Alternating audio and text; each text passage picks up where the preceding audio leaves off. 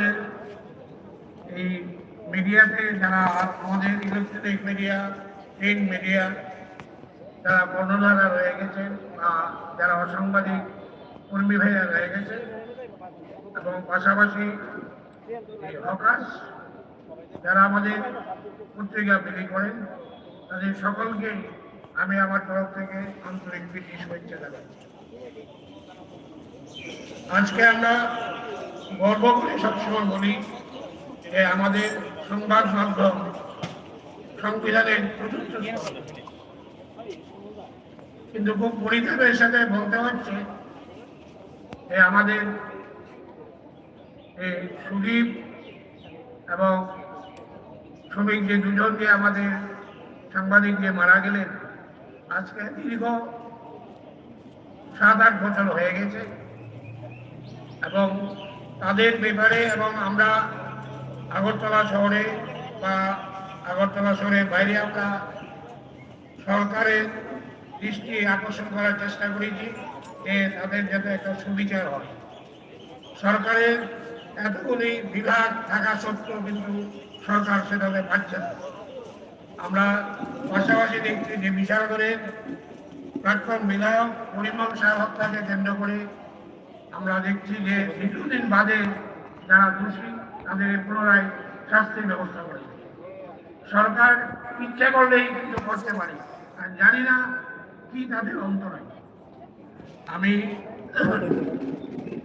দ্বিতীয়ত বলতে চাচ্ছি যে পেনশন নিয়ে আমরা বামফ্রন্ট সরকার কিন্তু আমাদের পেনশন দিতে পারেনি, কিন্তু এই বর্তমান সরকারের কাছে আমরা সাধুবাদ জানাই যে সাংবাদিক ভাই বোনদের জন্য তারা পেনশনের ব্যবস্থা করেছে এবং এখন যে সার্বিক আর্থিক যে পরিস্থিতি তাতে আমরা বলবো যে পেনশন যারা দিচ্ছে তার জন্য ডাবল করা হয়, কারণ সামাজিক এই অবস্থায় চলতে গেলে এই অল্প টাকায় এখন আর চলা যাচ্ছে না।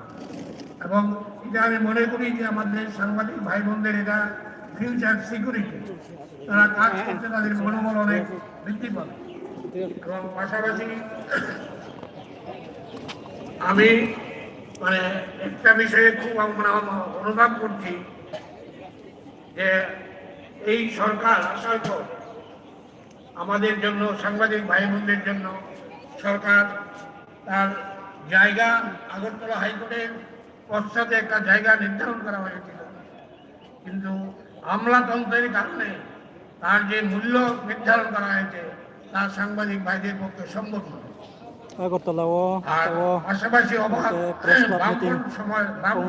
সময় আমরা জানতে পারি যে আইএলএস একটা কোটি আইএলএসকে 1 টাকার বিনিময়ে 99 বছরের লিজে এই জমি হস্তান্তর করা হয়েছিল এবং এই আইএলএস কোম্পানি তারা প্রজেক্ট সম্পূর্ণ হওয়ার পরে তারা সেন্ট্রাল গভর্নমেন্টের সাবসিডি পেয়েছিল 32 কোটি টাকা। তাহলে বর্তমান সরকারের অসুবিধাটা কেউ বুঝতে পারতেছি না। আমাদের অধিকাংশই আমাদের গৃহহীন, আমরা বলছি না যারা গৃহহীন তাদের জন্য জায়গা দিলে কি সরকারের অসুবিধা? এটা সরকারি খাত জায়গা দেবে।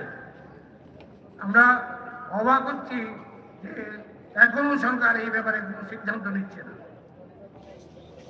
আর পাশাপাশি যারা আমাদের সাথে যারা রয়ে গেছে আমাদের হকার ভাই বোনেরা, তাদেরকেও আমরা দেখতে পাচ্ছি তাদের যে আর্থিক যে অবস্থা বা গৃহহীন বলা যায়, সরকার তাদের জন্য আলাদা করে জমি দেওয়া উচিত, কারণ সব স্টেটে যারা ভূমিহীন আছে ভূমিহীনদের জন্য আলাদা জায়গা অ্যালটমেন্ট করা হয়।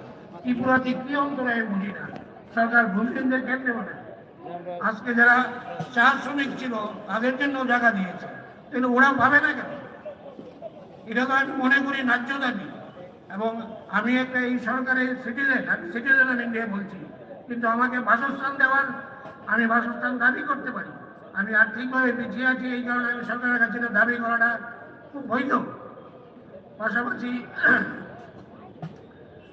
আজকে এই বর্তমান প্রগতির যুগে বা প্রগ্রেসের যুগে আমরা দেখতে পাচ্ছি যে সমাজের বিভিন্ন স্তরে স্কুল কলেজ সমস্ত শিক্ষা কিন্তু আমরা নিতে পারছি এবং যার ফলে ঘরে ঘরে শিক্ষিত বেকারের কিন্তু ভরে আছে।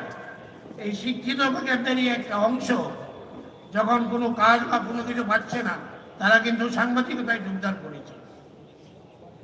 সরকারের তো এটা স্বাভাবিকভাবে দায়িত্ব যে তাদের জন্য, যেহেতু আমরা চাকরিও দিতে পারছি না, তারা যেহেতু একটা মহান প্রফেশন করছে, সরকার তাদের সহযোগিতা করা নৈতিক কর্তব্য আমি মনে করি।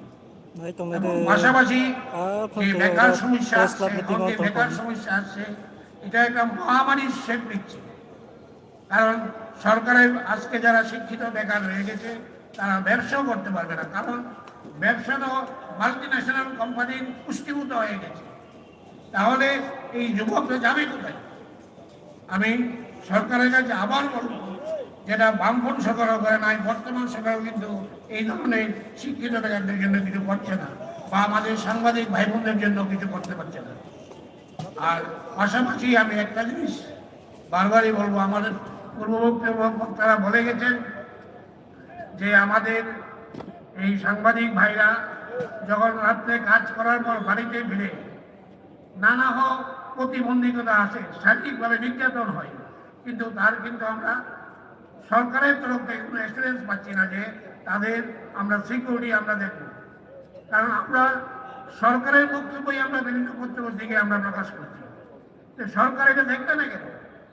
আজকে আমাদের সাংবাদিক ভাই বোনেরা, আমি আশা করব তাদের সিকিউরিটি বা তাদের যে কোনো ধরনের আর্থিক সহযোগিতা এবং তাদের কোনো পরিকল্পনা অবশ্যই থাকা উচিত।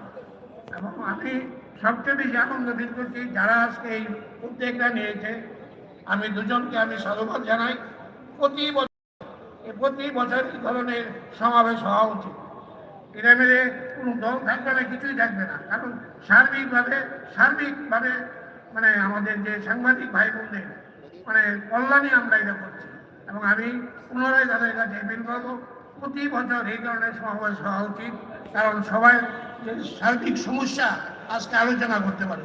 এখানে সিনিয়র সাংবাদিকরা অনেক কিছু বলেছেন, আমার খুব ভালো লেগেছে যে তারা সঠিক কথাই বলেছে। এবং আমি আশা করব যে আজকের এই যে সমাবেশ, আমরা এই সমাবেশ থেকে কিছু পাবো এবং আগামী দিনে তার সুফল আমরা আশা করি।